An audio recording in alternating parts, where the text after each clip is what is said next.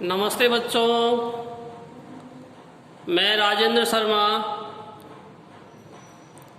आज क्लास 7 के विषय संस्कृत व्याकरण का पाठ तृतीय, इसका प्रकरण है पद परिचय। इसके बारे में हमने कुछ कल पढ़ा, कुछ आज पढ़ते हैं। देखिए, कल हमने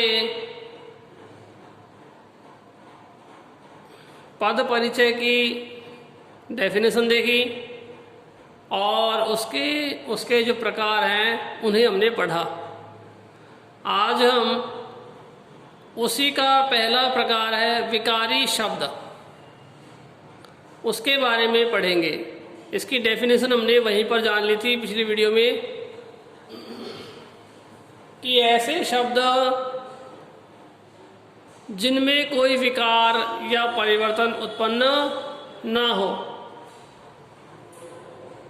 जिनमें कोई विकार अथवा परिवर्तन हो, वे कहलाएंगे विकारी शब्द। और अविकारी जिनमें कोई परिवर्तन नहीं हो। तो देखिए, आज इन विकारी शब्दों के भेद देखते हैं। भेद का मतलब प्रकार या पार्ट।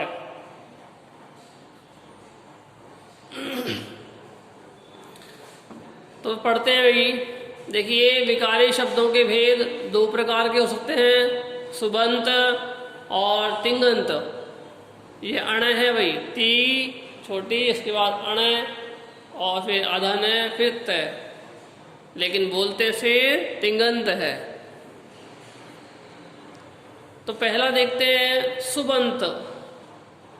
सुबंत जो शब्द है वह सुप प्लस अंत से बना, सुप प्लस अंत से बना है। इसके अंतर्गत संज्ञा, सर्वनाम तथा विशेषण आते हैं। जिन शब्दों के अंत में सुप आदि 21 प्रकार के प्रत्यय आते हैं उन्हें हम सुबंत कहते हैं। देखिए, सुप क्या है? तो सुप के बारे में आपको थोड़ा सा बताना चाहूँगा कि जो हमारे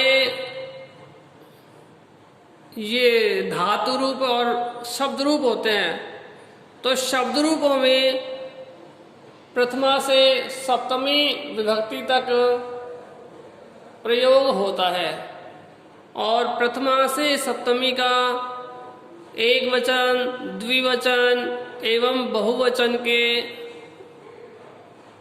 तरह से टोटल 7 और 7 मल्टीप्लाई बाई 3 पार्ट होते हैं। यानी प्रथमा विभक्ति हो गई, उसके 3 पार्ट, एक वचन, द्विवचन, बहुवचन, फिर सेकंड, द्वितीय, फिर तृतीय, फिर चतुर्थी, फिर पंचमी, षष्ठी, सप्तमी, यहाँ तक की जो सारी विभक्तियाँ होती हैं उनमें 3 पार्ट होते हैं। तो 7 और 3 को मल्टीप्लाई करेंगे तो आंसर आएगा हमारा 21। तो इस प्रकार से सुप आदि 21 प्रत्यय होते हैं, उनसे मिलकर बने शब्द ही सुबंत कहलाते हैं।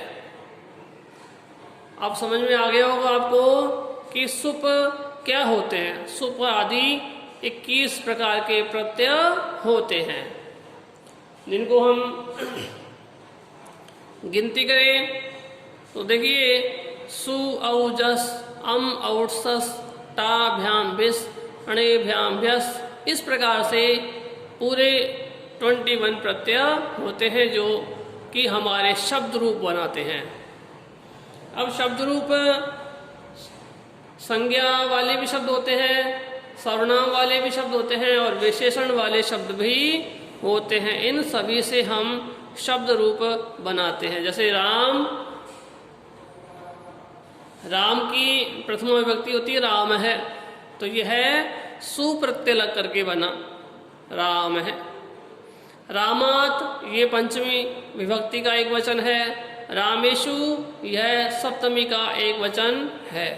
ये तीनों ही संज्ञा शब्द हैं और संज्ञा शब्दों से रूप बने हैं। इसके बाद सह, सह क्या है? सर्वनाम शब्द है। सैनी वह सर्वनाम शब्द है। यह भी सुप्रत्यय से बना लेकिन सर्वनाम शब्द के अंतर्गत सम्मिलित हुआ। तो इस प्रकार से समझ लेना, सुबंत का मतलब हो गया जिनके अंतर्गत संज्ञा तथा सर्वनाम एवं विशेषण आते हैं और जिन शब्दों के अंत में सुप आदि 21 प्रत्यय जुड़ते हैं उन्हें हम सुबंत कहते हैं। अब बात करें पार्ट नंबर 2 तिगंत की। देखिए मैं यहाँ पर गैप बोल रहा हूँ उसको तिंगंत, लेकिन ये है वास्तव में अणय। तिणंत, देखिए तिण प्लस अंत, तिण प्लस अंत, इसका मतलब हो गया जिनके अंतर्गत धातु रूप आते हैं। धातु रूप जानते हैं बेटा, जिसे हम हिंदी में क्रिया कहते हैं और इंग्लिश में हम जिनको वर्ब कहते हैं, वे ही हमारे संस्कृत में धातु रूप कहलाते हैं।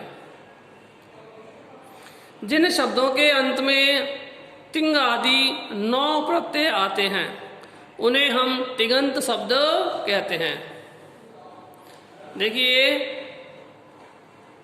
सुबंत तो होते हैं 21 प्रकार के और तिगंत होते हैं 9 प्रकार के। तो यहाँ देखिए जैसे पठती, लिखती, गच्छतः, गच्छामि आदि शब्द यहाँ एग्जाम्पल में दिए गए हैं। तो ये सभी रूप क्या है? धातु रूप है, धातुओं से बनने वाले रूप हैं। देखिए पठ धातु, पठ यानी पढ़ना और उसमें तिप आदि प्रत्यय मिलाया ती, तो पठती बना, जिसका अर्थ होता है पढ़ता है या पढ़ रहा है। इसी प्रकार लिख धातु में ती प्रत्यय जोड़ा तो लिखती बना। गच्छ धातु में गम या गच्छ धातु में तह प्रत्यय जोड़ा तो गच्छ तह बना और गच्छ धातु में ही आमी प्रत्यय जुड़ा तो गच्छामी शब्द बना।